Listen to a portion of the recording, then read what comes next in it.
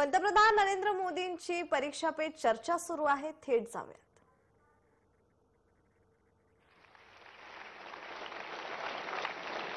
आलोचना ये समृद्ध लोकतंत्र की पूर्व शर्त है और इसलिए आपने देखा होगा टेक्नोलॉजी में ओपन सोर्स टेक्नोलॉजी होती है, मालूम है ना? ओपन सोर्स होता है, उसमें सब लोग अपनी अपनी चीजें डालते हैं और ओपन सोर्स टेक्नोलॉजी के माध्यम से ये अलाउ किया जाता है कि देखिए भी हमने किया है, हम यहां जाकर के अटके हैं, हो सकता है कुछ कमियां होगी, तो लोग उसके अंदर अपने अपने टेक्नोलॉजी को इंसर्ट करते हैं और काफी लोगों के प्रयास से वो एकदम से समृद्ध एक सॉफ्टवेयर बन जाता है. ये ओपन सोर्स आजकल बहुत ही ताकतवर एक इंस्ट्रूमेंट माना जाता है. उसी प्रकार से कुछ कंपनियां अपनी प्रोडक्ट को मार्केट में रखती है और चैलेंज करती है कि उसमें जो कमियां हैं वो दिखाएगा, उसको हम इनाम देंगे. बाउंड सिस्टम की व्यवस्था खड़ी हुई है. इसका मतलब ये हुआ कि हर कोई चाहता है कि कमियां जो हो उससे मुक्ति का रास्ता कोई इंगित करेगा तो होगा ना. लेकिन कभी कभी क्या होता है, आलोचना करने वाला कौन है उस पर सारा मामला सेट हो जाता है. जैसे मान लीजिए आप यहां स्कूल के अंदर फैंसी ड्रेस कंपटीशन है और आपने बड़े चाव से बढ़िया फैंसी ड्रेस पहन करके गए और आपका प्रिय दोस्त है, एकदम प्रिय दोस्त, जिसकी बात आपको हमेशा अच्छी लगती है, वो कहेगा यार तुमने ऐसा क्या पहना, ये अच्छा नहीं लग रहा है. तो आपका एक रिएक्शन होगा. और एक स्टूडेंट है जो आपको थोड़ा कम पसंद है, नेगेटिव वाइब्रेशंस हमेशा आते हैं उसको देखते ही, आपको उसके बातें बिल्कुल पसंद नहीं है, वो कहेगा देखो ये क्या पहन के आया है, कैसे पहनते हैं क्या. तो आपका एक दूसरा रिएक्शन होगा. क्यों? जो अपना है वो कहता है तो आप उसको पॉजिटिव लेते हैं उस आलोचना को. लेकिन जो आपको पसंद नहीं है वो वही कह रहा है, लेकिन आपको गुस्सा आता है, तू कौन होता है, मेरी मर्जी. ऐसा ही होता है ना. उसी प्रकार से आप आलोचना करने वाले आदतन करते रहते हैं तो उनको एक बक्से में डाल दीजिए, दिमाग खपाइए मत ज्यादा, क्योंकि उनका इरादा कुछ और है. अब घर में आलोचना होती है क्या? मैं समझता हूं कुछ गलती हो रही है. घर में आलोचना नहीं होती है, यह दुर्भाग्य का विषय है. आलोचना करने के लिए मां बाप को भी बहुत अध्ययन करना पड़ता है, आपको ऑब्जर्व करना पड़ता है, आपके टीचर को मिलना पड़ता है, आपके दोस्तों की आदतें जाननी पड़ती है, आपकी दिनचर्या को समझना करना पड़ता है, आपको फॉलो करना पड़ता है, आपका मोबाइल फोन पे कितना टाइम जा रहा है, स्क्रीन पे कितना टाइम जा रहा है, सारा बहुत बारीकी से कुछ बोलते हुए मां बाप ऑब्जर्व करते हैं. फिर कभी आप किस अच्छे मूड में होते हैं वो देखते हैं, और जब अच्छे मूड में होते हैं, अकेले होते हैं, तब प्यार से वो कहते हैं अरे यार देख बेटे तुझे इतनी क्षमता है, इतना सामर्थ्य है, देख तेरी शक्ति यहां क्यों जा रही है. तो वो सही जगह पे वो रजिस्टर होता है, वो आलोचना काम आ जाए. लेकिन आजकल मां बाप को टाइम नहीं है, वो आलोचना नहीं करते, टोका टोकी करते हैं. और जो गुस्सा आपको आता है ना वो टोका टोकी का आता है. कुछ भी करो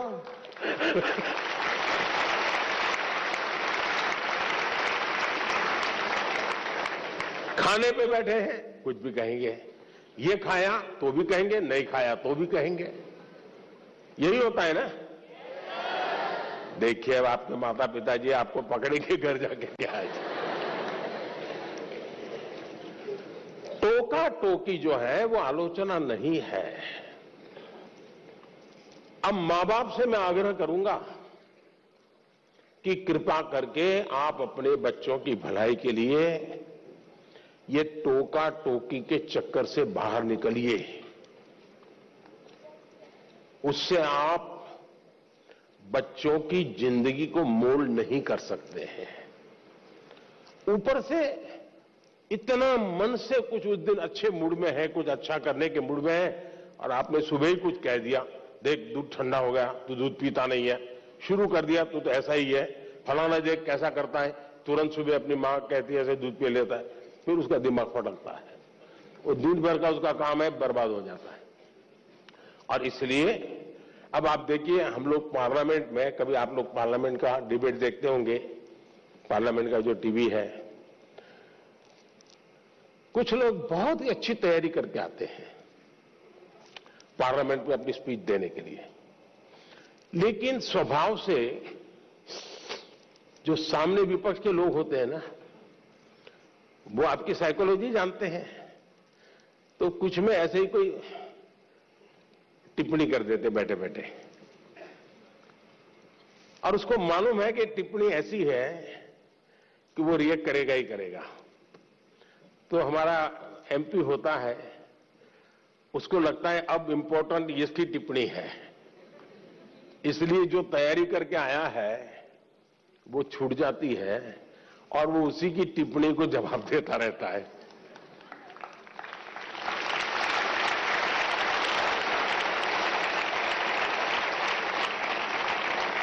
और अपना पूरी बर्बादी कर देता है। और अगर टिप्पणी है हंसी मजाक में, बॉल खेल लिया, छुट्टी कर दी, दूसरी सेकंड में अपने विषय पे चला जाता है, तो उसको फोकस एक्टिविटी का परिणाम मिलता है। और इसलिए हमें अपना फोकस छोड़ना नहीं चाहिए। दूसरी बात है, देखिए आलोचना करने के लिए बहुत मेहनत करनी पड़ती है, बहुत अध्ययन करना पड़ता है, उसका एनालिसिस करना पड़ता है, कंपैरिजन करनी पड़ती है, भूतकाल देखना पड़ता है, वर्तमान देखना पड़ता है, भविष्य देखना पड़ता है, बड़ी मेहनत करनी पड़ती है, तब जाके आलोचना संभव होती है। और इसलिए आजकल शॉर्टकट का जमाना है। ज्यादातर लोग आरोप करते हैं, आलोचना नहीं करते हैं। आरोप और आलोचना के बीच में बहुत बड़ी खाई है। हम आरोपों को आलोचना न समझे। आलोचना तो एक प्रकार से वो न्यूट्रिएंट है जो हमें समृद्ध करता है। आरोप वो चीजें हैं जिसको हमने आरोप लगाने वालों को गंभीरता से लेने की जरूरत नहीं है, समय बर्बाद की जरूरत नहीं है। लेकिन आलोचना को कभी लाइट नहीं लेना चाहिए, आलोचना को हमेशा मूल्यवान समझना चाहिए। वो हमारी जिंदगी को बनाने के लिए बहुत काम आती है। और अगर हम ईमानदार हैं, हमने प्रामाणिक सत्यनिष्ठा से काम किया है, समाज के लिए काम किया है, निश्चित मकसद के लिए काम किया है, तो आरोपों की बिल्कुल परवाह मत कीजिए दोस्तों। मैं समझता हूं आपकी एक बहुत बड़ी ताकत बन जाएगी। बहुत बहुत धन्यवाद।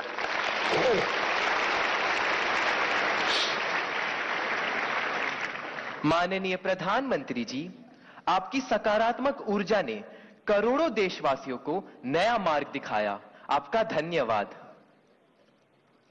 माननीय प्रधानमंत्री जी, तालों के शहर भोपाल के दीपेश अहिरवार आभासी माध्यम से हमसे जुड़े हुए हैं एवं माननीय प्रधानमंत्री जी से प्रश्न पूछना चाहते हैं। दीपेश, कृपया अपना प्रश्न पूछे। माननीय प्रधानमंत्री जी नमस्कार, मेरा नाम दीपेश अहिरवार है। मैं शासकीय उच्चतर माध्यमिक विद्यालय अहमदाबाद भोपाल का कक्षा 10वीं का छात्र हूँ। आजकल बच्चों में काल्पनिक खेल और इंस्टाग्राम की लत एक सामान्य सी बात हो गई है। ऐसे समय में हम अपनी पढ़ाई पर कैसे ध्यान केंद्रित करें? माननीय सर, मेरा आपसे यह प्रश्न है कि हम बिना ध्यान भटकाए अपनी पढ़ाई पर कैसे ध्यान केंद्रित करें। मैं इस संबंध में आपसे मार्गदर्शन चाहता हूँ। धन्यवाद। धन्यवाद दीपेश। माननीय प्रधानमंत्री जी, अदिताभ गुप्ता का प्रश्न इंडिया टीवी द्वारा चुना गया है। अदिताभ हमसे आभासी माध्यम से जुड़े रहे हैं। अदिताभ, अपना प्रश्न पूछिए। मेरा नाम अदिताभ गुप्ता है। मैं 10th क्लास में पढ़ता हूँ। जैसे कि टेक्नोलॉजी बढ़ती जा रही है, वैसे भी हमारी डिस्ट्रैक्शन जो है वो और ज़्यादा बढ़ती जा रही है। हमारा फोकस पढ़ाई पे कम होता है और सोशल मीडिया पे ज़्यादा होता है। तो मेरा आपसे ये सवाल है कि हम पढ़ाई पे कैसे फोकस करें और सोशल मीडिया पे कम करें, क्योंकि आपके टाइम पे इतनी ज़्यादा डिस्ट्रैक्शंस नहीं होती थी जितनी अभी हमारे टाइम पे है। धन्यवाद अदिताभ। Honorable Prime Minister sir, the next question comes from Kamakshi Rai on a subject that is central to many students. Her question has been selected by Republic TV. Kamakshi, please ask your question. Greetings, Prime Minister and everyone. I am Kamakshi Rai, studying in class 10th from Delhi. My question to you is, what are the different ways that can be adopted by a student to not easily get distracted during their exam times? Thank you. धन्यवाद कामाक्षी। माननीय प्रधानमंत्री जी, इस प्रश्न का चुनाव जी TV द्वारा किया गया है। मनन मित्तल हमसे आभासी माध्यम से जुड़े हैं। मनन, कृपया अपना प्रश्न पूछिए। नमस्ते प्रधानमंत्री जी, मैं मनन मित्तल डीपीएस बैंगलोर साउथ से बोल रहा हूं। मुझे आपसे एक प्रश्न है। ऑनलाइन पढ़ाई करते वक्त बहुत सारे डिस्ट्रैक्शंस होते हैं, जैसे कि ऑनलाइन गेमिंग वगैरह वगैरह। हम इससे कैसे बचें? ये स्टूडेंट है क्या?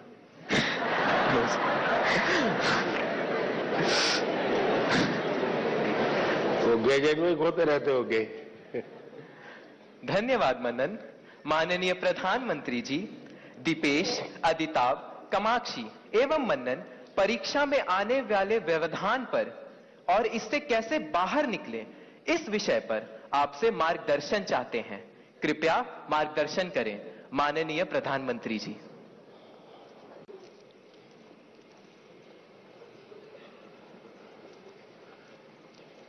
सबसे पहले तो निर्णय ये करना है कि आप स्मार्ट हैं कि गैजेट स्मार्ट है।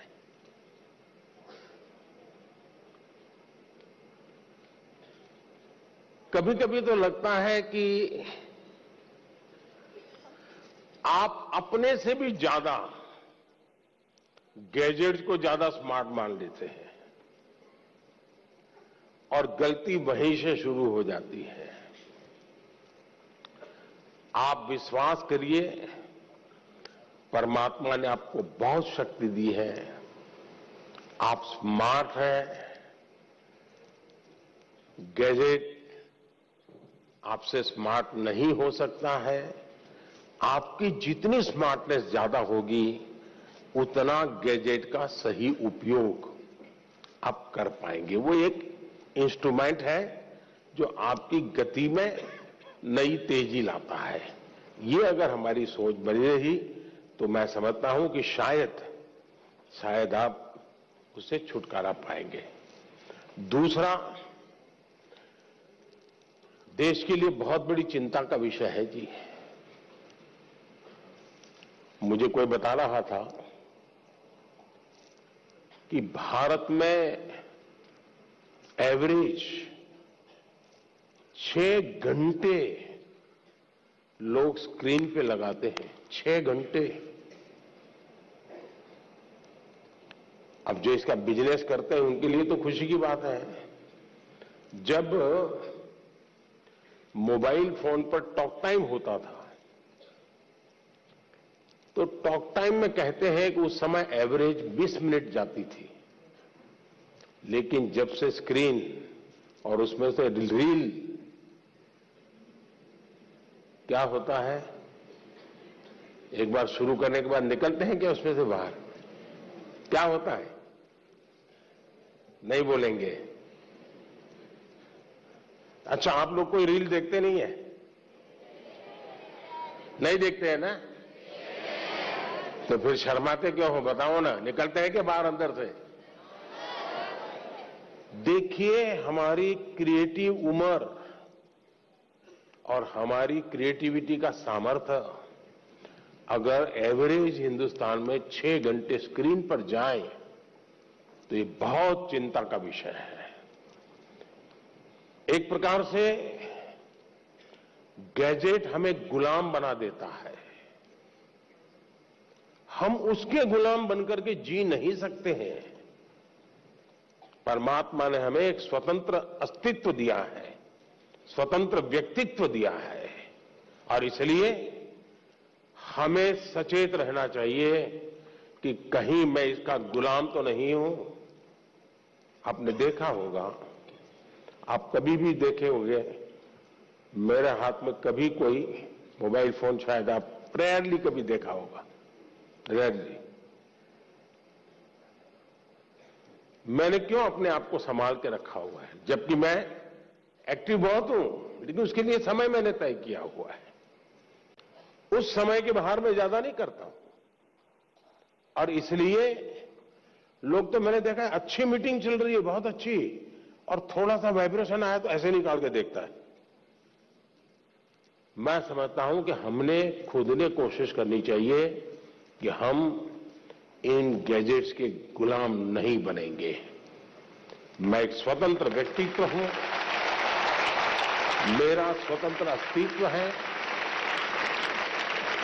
और उसमें से जो मेरे काम की चीज है उस तक ही मैं सीमित रहूंगा। मैं टेक्नोलॉजी का उपयोग करूंगा, मैं टेक्नोलॉजी से भागूंगा नहीं, लेकिन मैं उसकी उपयोगिता और आवश्यकता अपने मुताबिक करूंगा। अब मान लीजिए आपने ऑनलाइन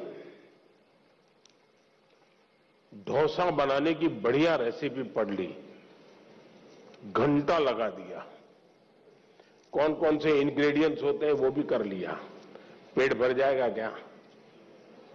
भर जाएगा क्या? नहीं भरेगा ना।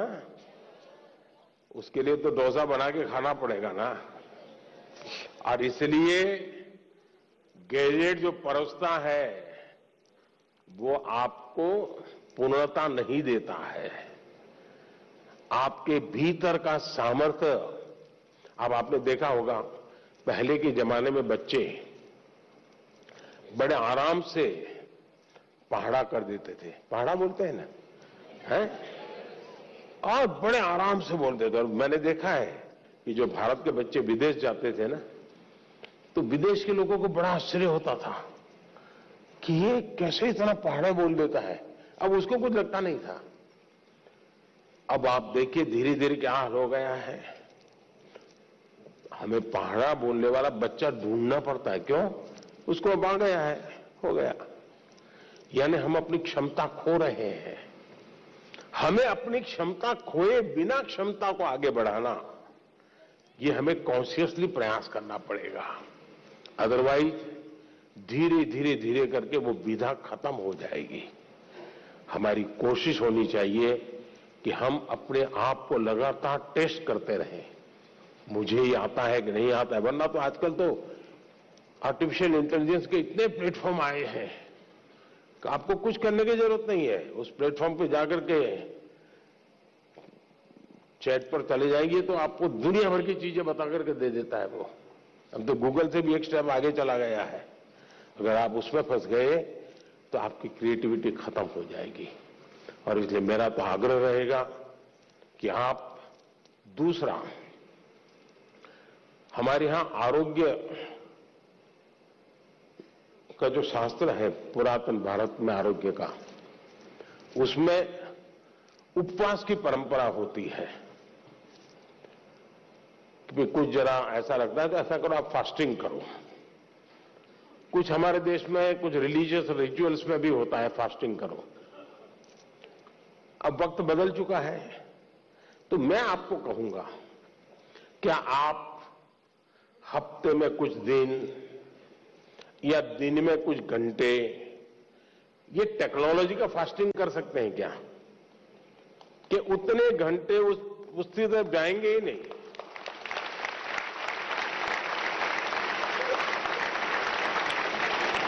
आपने देखा होगा कई परिवार होते हैं घर में बड़ा 10वीं 12वीं एक बड़ा टेंशन शुरू में ही हो जाता है। सारे कार्यक्रम तय करते हैं परिवार वाले, नहीं भाई अगली साल कुछ नहीं है, वो 10वीं में है, वो अगली साल कुछ नहीं है, वो 12वीं में है। ऐसा ही चलता है घर में। और फिर टीवी पे भी कपड़ा लगा देते हैं, हाँ नो टीवी, क्यों, एग्जाम है, 10वीं की एग्जाम है, 12वीं की एग्जाम है। अगर हम इतने जागरूक होकर के टीवी पर तो पर्दा लगा देते हैं, लेकिन क्या हम स्वभाव से तय कर सकते हैं कि सप्ताह में एक दिन मेरा डिजिटल फास्टिंग होगा, नो डिजिटल डिवाइस, मैं किसी को हाथ नहीं लगाऊंगा। उसमें से जो फायदा होता है उसको ऑब्जर्व कीजिए, धीरे धीरे धीरे आपको उसका समय बढ़ाने का मन करेगा। उसी प्रकार से हमने देखा है कि परिवार हमारे तो छोटे होते जा रहे हैं, अब परिवार भी इस डिजिटल दुनिया में फंस रहे हैं। एक ही घर में मां, बेटा, बहन, भाई, पापा सब रह रहे हैं और एक ही कमरे में वो उसको व्हाट्सएप कर रहा है। मैं आपकी ही बात बता रहा हूं ना, मां भी पापा को व्हाट्सएप करेगी। देखा होगा आपने, घर में सब बैठे हैं साथ में, लेकिन हर अपने मोबाइल में खोया हुआ है, वो उधर देख रहा है, ये इधर देख रहा है। यही हो गया है ना। मुझे बताइए परिवार कैसे चलेगा जी। पहले तो बस में, ट्रेन में जाते थे तो लोग गप्पे मारते थे, अब अगर कनेक्टिविटी मिल गई तो पहला काम यही, जैसे दुनिया भर का काम उन्हीं के पास है, उनके बिना दुनिया रुक जाने वाली है। ये जो बीमारियां हैं, इस बीमारियों को हमें पहचानना होगा। हम अगर इन बीमारियों को पहचानेंगे तो हम बीमारियों से मुक्त हो सकते हैं। और इसलिए मेरा आग्रह है, घर में भी क्या आप एक एरिया तय कर सकते हैं क्या? परिवार में जाके आज ही तय कीजिए, एक एरिया तय करिए। ये एरिया जो है नो टेक्नोलॉजी जोन, मतलब वहां टेक्नोलॉजी को एंट्री नहीं मिलेगी। वहां आना है घर के उस कोने में तो मोबाइल वहां रखते आओ। या बातमी